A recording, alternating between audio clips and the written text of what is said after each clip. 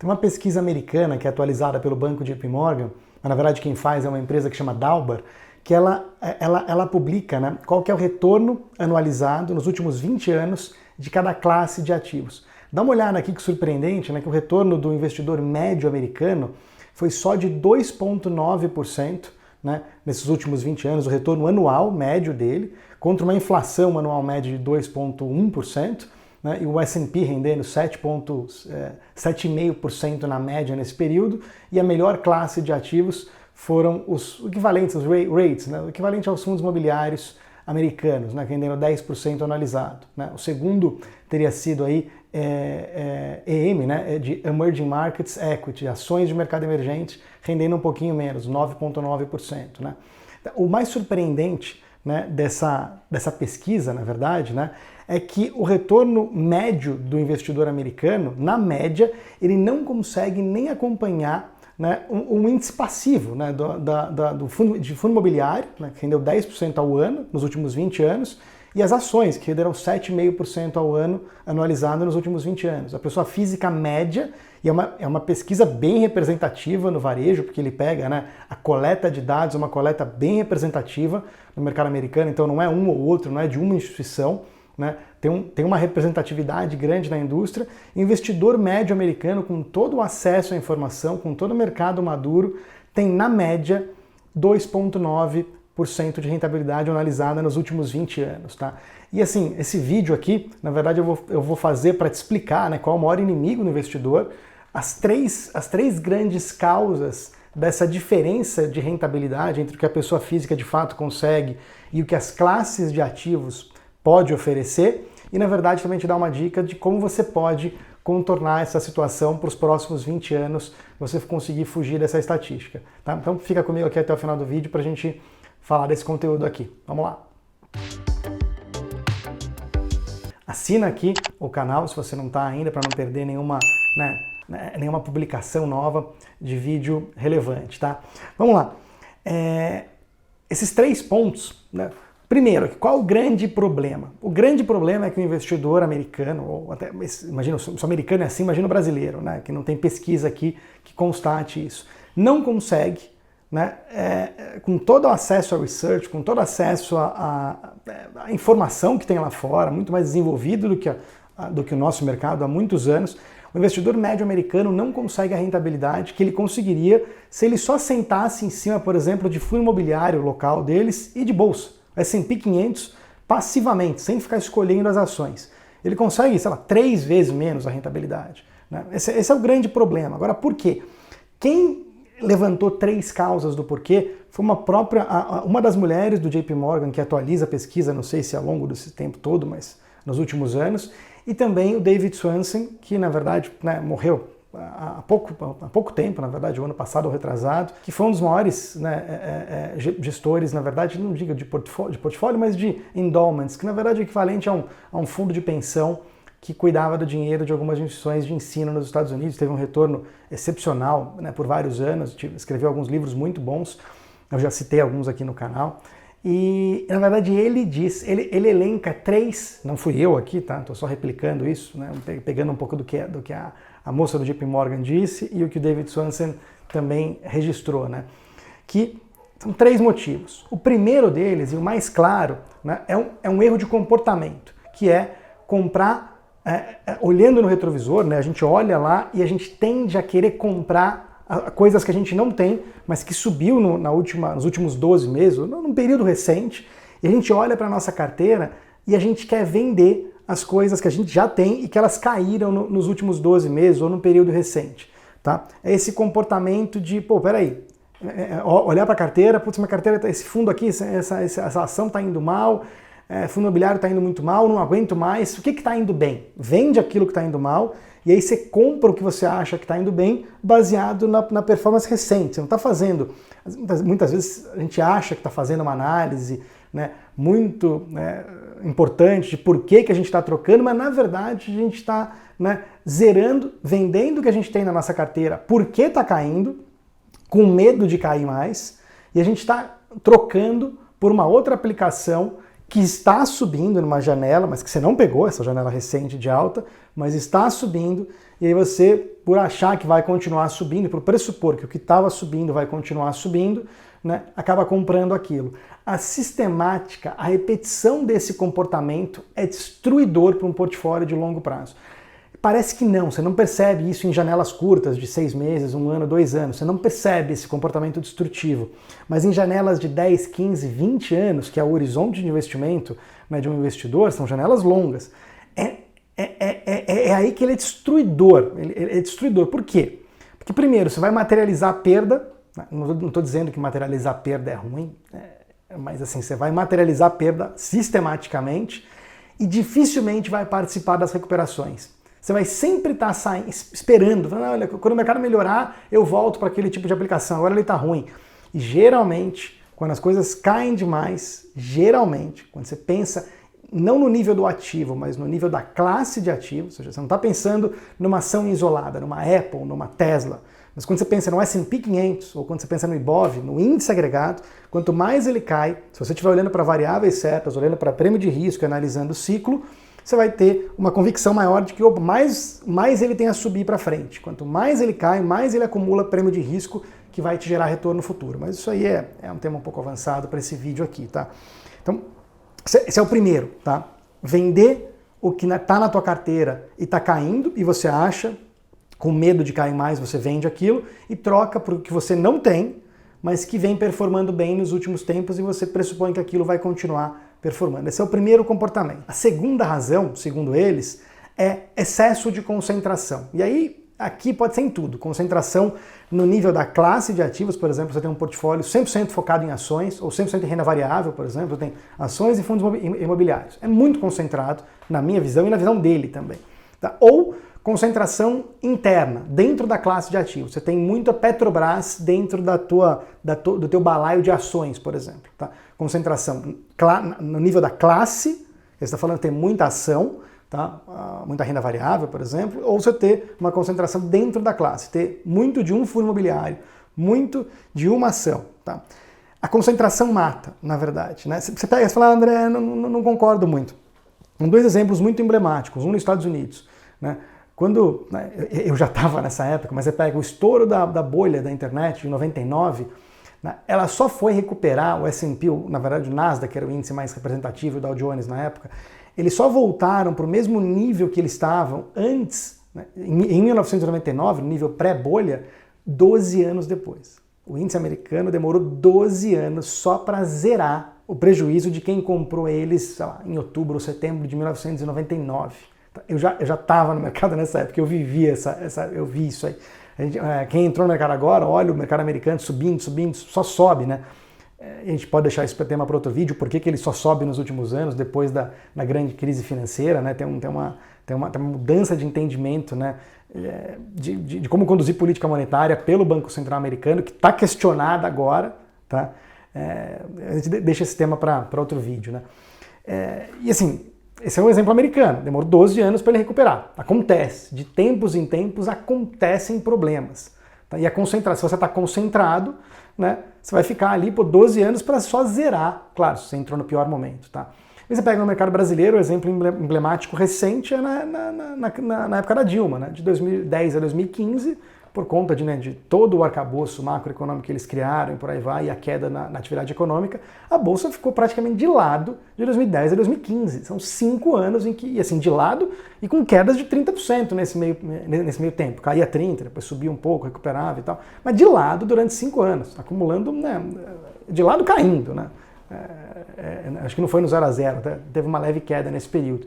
E o exemplo recente, menos assim, emblemático, pega agora, quem entrou ano passado, em 2021, na Bolsa, né?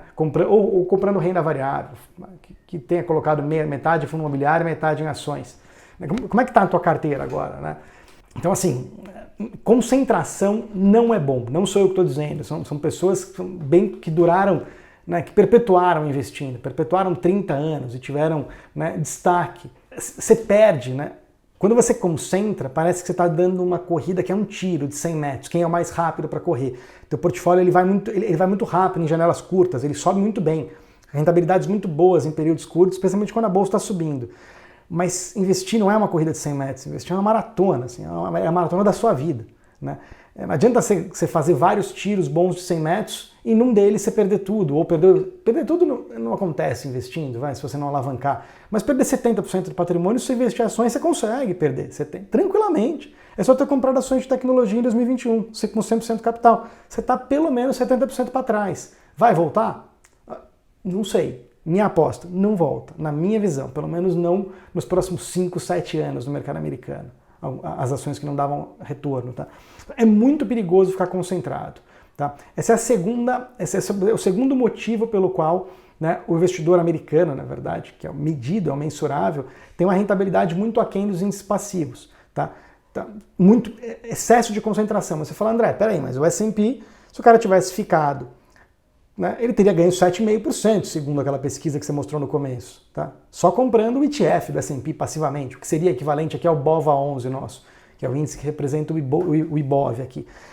Mas aí que tá. Quando você está muito concentrado, tá, segundo eles, quando ele exacerba o primeiro problema, que é quando você está muito concentrado, com a tua poupança muito acumulada numa classe, ações, por exemplo, e elas caem, elas vão cair mais. Deixa eu vender isso aqui e esperar ela cair mais para recomprar lá embaixo. E quase nunca esse investidor médio consegue recomprar lá embaixo. Ele só recompra quando está tudo mais confortável, mais tranquilo, que é um outro patamar de preço acima. Então, ele não pega a recuperação. Ele participa da queda, vende, materializa aquele prejuízo e não participa da recuperação. Esse é um grande problema. Tá? Então, o excesso de concentração, ele aflora, ele exacerba o primeiro comportamento de você querer vender o que você tem e está caindo, né? E querer se desfazer, né, do que você tem e está caindo, e querer comprar o que você não tem e que numa janela de período recente subiu. E a terceira razão aqui também, ela é muito parecida com a segunda em termos de exacerbar o comportamento, que é o excesso, né? Na verdade, a palavra é essa, o excesso de stock picking, eles usam essa palavra. Né? Picking, na verdade, é o ato de você ficar escolhendo qual ação ou qual fundo imobiliário você vai dentro daquela classe de ativos. Tá? É você achar que você tem a habilidade de montar uma composição, uma cesta melhor do que o índice passivo daquela classe. Isso eu vou deixar para outro vídeo também, o porquê que isso não é trivial, não é tão trivial quanto vendem essa ideia por aí. Mas basicamente, as pessoas tentam fazer sozinho, alguns seguem research, outros seguem dicas pontuais de influenciadores de YouTube, outros acham que estão fazendo análise fundamentalista e na verdade estão só olhando para um negócio extremamente raso, que é olhar o retorno, se deu lucro, se o lucro é crescente nos últimos 5 anos, qual que é o ROI, a margem de rentabilidade, e acha que estão, né, são o analista pica da galáxia, desculpa o francês aqui. E na verdade é a coisa mais rasa do mundo isso, né? Isso é operar momento, né? Só porque o negócio foi bom nos últimos 5 anos, né, não significa que ele vai ser bom no próximo. Tem muito mais a ver com o contexto macro isso, você acertar que o macro vai continuar bom, do que aquela empresa é boa ou não, fazendo essa análise rasa. Né? Quando o vento muda, né, o que você achava bom no ano passado, é só ver as ações que subiu em 2021, o que está acontecendo agora em 2022 com elas. Né? E elas estão ali, com janelas crescentes de lucro líquido e por aí vai. E como é que as pessoas não enxergaram a virada? Deixa para outro vídeo. É muito difícil fazer stock picking, escolher qual que é a ação. É muito mais fácil você, como investidor médio, normal e com uma outra atividade, né, você focar na composição entre as classes de ativos e quando você vai implementar, eu quero ter X% de bolsa, você vai lá e compra o índice passivo dentro daquela classe, porque você garante que você vai ter a rentabilidade que aquela classe vai dar. Então, você não fica dependendo de você escolher ações melhor para ir melhor do que aquele fundo, do que o Ibovespa, por exemplo, ou do que o S&P, ou se der azar e pior. Tá? Você fica só dependendo de quanto aquela classe de ativos vai cair ou subir, que no caso americano dessa pesquisa, nos últimos 20 anos, foi 7,5% anualizado entre 2000 e 2020. Né? Tá faltando os últimos 2 anos, que eles demoram um pouco para atualizar. Tá? E por que essa terceira razão, o excesso de stock picking, ele é danoso, faz o investidor médio americano ganhar 3 vezes menos do que se ele tivesse só comprado S&P, por exemplo? Porque, de novo, né? É lindo quando o mercado está em bull market. O mercado americano ficou em bull market por muito tempo. Mas e quando o mercado vira? Você vai duvidar das escolhas que você fez. É humano, eu faço isso. Até o cara mais profissional do mundo vai duvidar das escolhas que ele fez. Porque uma coisa é, você escolheu, baseado em fundamento, baseado no que seja, e o mercado está caindo. Chega uma hora que será que eu estou certo? Todo mundo se questiona. E aí da onde você, da tua casa aí, vai tirar a convicção e do que você tem que... Não é convicção de que vai subir, é convicção do que você tem que fazer. Se você tem que manter aquelas ações, se você tem que trocar algumas e trocar por outras, né? Ou se você tem que zerar toda a tua carteira porque vai cair mais e recompra lá embaixo. Da onde você vai tirar essa convicção? De qual que é o melhor cavalo, qual que é a melhor ação para ir, ou se a tua carteira tá boa, você só continua daquele jeito mesmo e não tem o que fazer. Da onde você vai tirar essa convicção? É muito difícil, você não vai conseguir analisar olhando raso, né? O resultado às vezes nem saiu, o balanço nem foi publicado para você olhar aqueles indicadores rasos que ensinam por aí. Não está ali a resposta está no que o mercado espera sobre o futuro da empresa e não no último balanço que ela publicou, sempre sobre o futuro. Tá? Especialmente quando o vento vira, quando o vento macro vira, quando o cenário, o ambiente macroeconômico vira como virou de 2021 para 2022. Ah, André, é de tempos em tempos. Sim, só que é de tempos em tempos que você vai bater na curva. Né? E você precisa correr a corrida inteira. Não é porque tem 3 curvas numa pista que você tem que acelerar até o final e nas curvas você pode se dar o luxo de bater. Você tem que acabar a corrida. Né? E para você acabar a corrida, você tem que minimizar os pontos de frição. Tá? Um deles, uma frição, está muito concentrado, e ter que decidir nos piores momentos, porque você não aguenta mais perder 70% do patrimônio para comprar em ações. E a segunda frição é a bolsa está caindo, sei lá, 30, americana, por exemplo. Mas o teu portfólio pode estar caindo 50, porque você fez escolhas diferentes. Você não está comprado no S&P, você está comprado em outra composição de ações que está caindo 20% a mais do que o S&P. Esse é o problema do picking, né? Especialmente nas quedas, que é o que pouca gente se preocupa, mas é ali que você tem que se preocupar de fato. Quando a tua carteira cai mais do que o S&P, você vai ter uma frição adicional de, putz, e agora? Zero ou continuo com essa carteira? Em algum momento, o investidor médio americano, zero nos piores momentos, não consegue escolher os bons cavalos para poder pegar a recuperação. Não sou eu que estou dizendo, é a pesquisa. É uma pesquisa com uma representação gigante e atualizada pelo um dos maiores bancos do mundo, JP Morgan. Né? Então, assim, são 2 problemas. Né? Um é o excesso de concentração e o outro é o excesso de stock picking, do investidor médio americano, e os 2 exacerbam o comportamento natural do ser humano, que é vender o que está caindo, com medo de que vai cair mais, e comprar o que você não tem e já vem subindo nos últimos 12 meses, na esperança de que o que estava bom vai continuar bom. É esse tipo de comportamento. Tá? E assim, o que você pode fazer para poder minimizar, na verdade eu não vou dizer que é evitar 100%, que é mágico, mas para minimizar esse tipo de problema? Primeiro de tudo, abolir o stock picking do começo do teu operacional, do começo do seu investimento, na verdade. O que é abolir o stock picking? Você vai comprar ações? Compra o Ibova 11. Vai comprar o S&P? Compra o índice que representa a classe. Foi fazer no Brasil e VVB 11. Foi fazer nos Estados Unidos, tem uma série de índices lá que você pode escolher. Tá? Esse é o primeiro. E o segundo, que é como é que você minimiza o problema de concentração? Como é que você não fica concentrado? Essa é a grande sacada. Escolher um portfólio que seja diversificado. Na verdade, eu gosto de usar a palavra balanceado. Tá? Diversificado, você pode ter várias coisas diferentes, mas que elas se comportam de maneira igual a uma variação macro. Então você acha que você está com muitos investimentos, que você está diversificado, e na verdade você não está, porque tem uma mudança macro nos juros, por exemplo. Você está comprado em várias coisas que são sensíveis a juros. Tudo aquilo vai cair simultaneamente. Tudo vai cair, não vai te proteger. Na verdade, você tem que estar balanceado. E balanceado o que é? Para cada mudança macro, você tem um portfólio em que uma parte do teu portfólio sobe e a outra ou fica parada ou cai um pouquinho. Que verdadeiramente uma coisa compense a outra.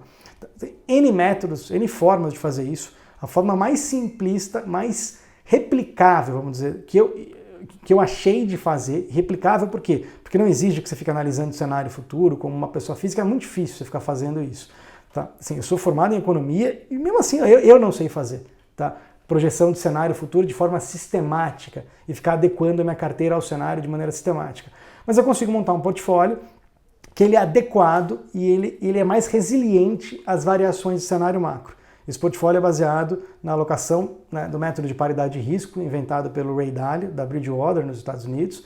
São um dos gestores mais brilhantes de multimercado, talvez um dos que mais ganhou dinheiro nos últimos 30, 40 anos, se aposentou recentemente. Né? E eu tropicalizei esse método para o Brasil, eu tive que fazer alguns ajustes para ele funcionar na máquina macroeconômica brasileira. Tá? Não é a única forma de fazer, tem outras formas de fazer, mas para mim a forma de achar uma carteira verdadeiramente balanceada, que é o oposto de uma carteira concentrada, né, foi escolhendo esse método. Tem outras formas de fazer, vou fazer alguns outros vídeos no canal explicando outros tipos de alocação que você pode escolher. Aqui eu faço essa. E eu acredito que quando você tem uma carteira, né, que balança menos e que você olha o resultado da carteira como um todo e não fica tentando ali, agora eu vou diminuir ouro, agora eu vou aumentar ações, agora eu vou...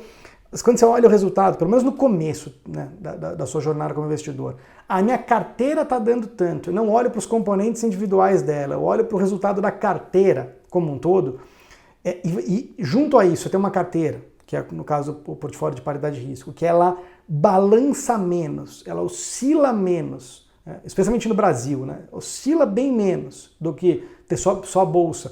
Quando você oscila menos, a tua vontade de vender nos piores momentos, ela diminui, tá?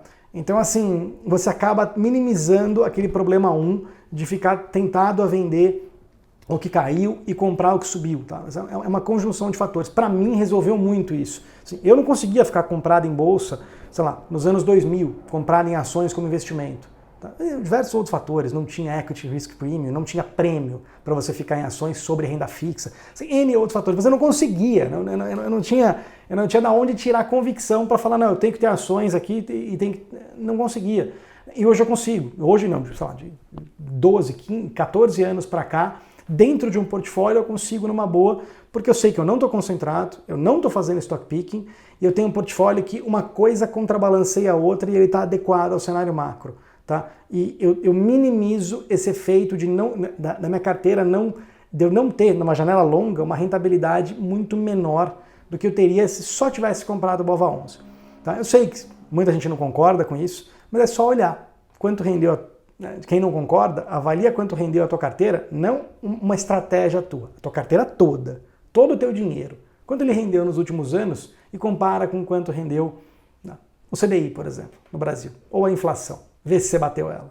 Tudo bem, janelas curtas não dizem nada. Faz essa análise. Quero ver. Escreve aqui embaixo também, se você gostou desse vídeo, dá um like aqui pra gente, é importante, que ajuda, né, a mostrar esse vídeo para mais pessoas. Escreve aqui embaixo, né, a tua experiência investindo. Quando que você começou, como é que foi, e se você já sentiu isso na pele, essa vontade, estava muito concentrado em ações, caiu, e se você de fato materializou a perda e você perdeu a recuperação. Ou se você faz stock picking, né, escolhe as ações e fala, putz, de fato, olha, eu percebi que não é tão fácil aqui não, hein? Se eu tivesse só comprado no Ibovespa, eu teria, sei lá, perdido menos, eu estaria ganhando mais do que as escolhas que eu fiz. Tá? Fala o prazo e a tua experiência. É bem importante compartilhar a tua, independente se você tem uma opinião divergente da minha aqui, acho bem bacana você deixar teu comentário aqui. Então é isso, até quinta que vem.